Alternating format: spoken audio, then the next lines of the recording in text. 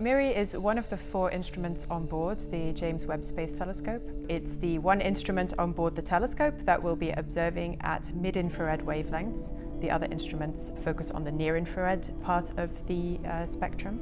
NIRSpec, NIRCam and the FGS, they work at wavelengths from about 1 to 4 or 5 microns. Now MIRI is unique on the James Webb because it operates at even longer wavelengths than that. So we start at 5 microns and we keep going out to 25, 30 microns. MIRI is actually quite a complex instrument. It has several different observing modes on board in the instrument.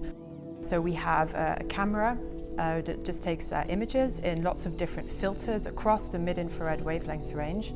We also have spectroscopic modes, so we have a low-resolution spectroscopy, and we also have a medium-resolution integral field spectrograph. When you look inside our own galaxy, you can see dusty regions, and there's things going on inside those clouds, inside the dust, that you can't see because dust is essentially opaque. If you move out to longer wavelengths, out into the infrared, the opacity, the amount of light that is absorbed by that dust drops, and so we can see not just the surface, but into the heart of dusty regions. So that means we can see to the center of our own galaxy more easily. We can see inside dusty regions where stars are being formed and see them, see what's really going on when a star is formed in space.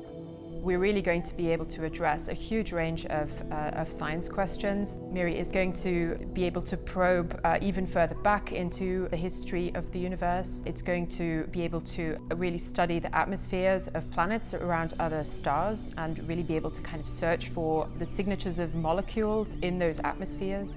Those are just a few of the highest kind of profile science goals that we hope to achieve with MIRI.